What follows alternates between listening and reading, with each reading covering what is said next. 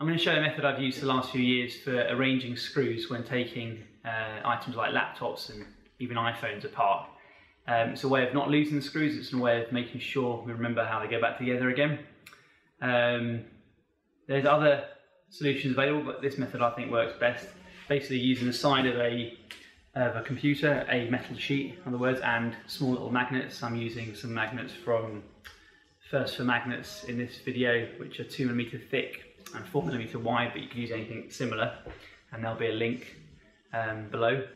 In this video I'm going to go one step further and actually cut up the side of the computer into a nice sized A4 sheet, because this has always been fairly cumbersome. The great thing about this is, you can see the magnets on there, you can lay out exactly how the screws are removed, so you don't forget how they're put back together again. And I'll show you how robust this is in terms of if we get interruptions in the shop, or if you suddenly get the blower out, as I'll show in the video, compressed air, whatever you may have, and you blow around and the screws go everywhere. It's almost impossible with this method. I also compare it to the highest magnetised sheet I could find. I've used a few of these, one's from Signwriters, which the magnetism's too weak, and this one, which I'll link to.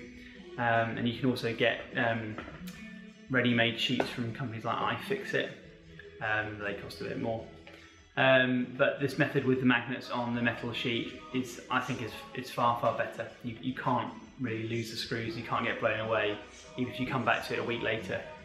Okay, I'll show you how it's done. So I've got the side of the old computer, beige is best. I'm marking it out, and then I'm going to use an angle grinder to cut the size of an A4 sheet, roughly. You can do whatever you like. Actually is wearing through the discs quite quickly on the grinder, but you could use a Dremel as well, or a hacksaw.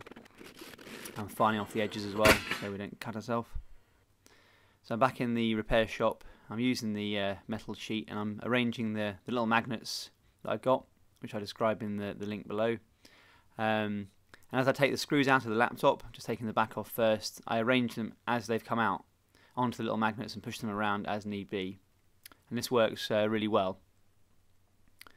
I'm doing the top of the laptop now, getting the keyboard out, and then you can see I'm sort of marking with a pen as well, just sort of drawing scribbles on the A4 mat, just to show me where things go back in.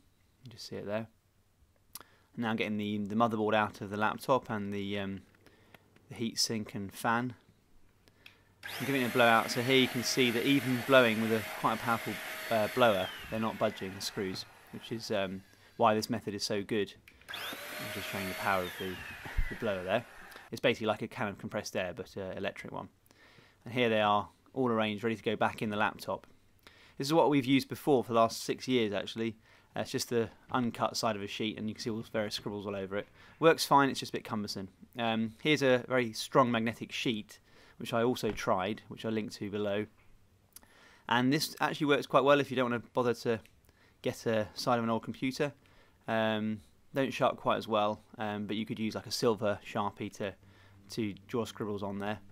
And they're quite tight. This isn't your standard magnetic sheet that you get from Signwriters or from craft shops, but it's not as strong as the metal sheet with the magnets. And if we come back to a job after a week or even a few hours, you can easily sort of knock them off this sheet. So I'm just showing here that you can sort of blow them around a little bit, but you know, they're still doing a pretty good job because I'm right next to them with the air there, and it's still okay. But on this one, you can get right next to it, and they won't move at all.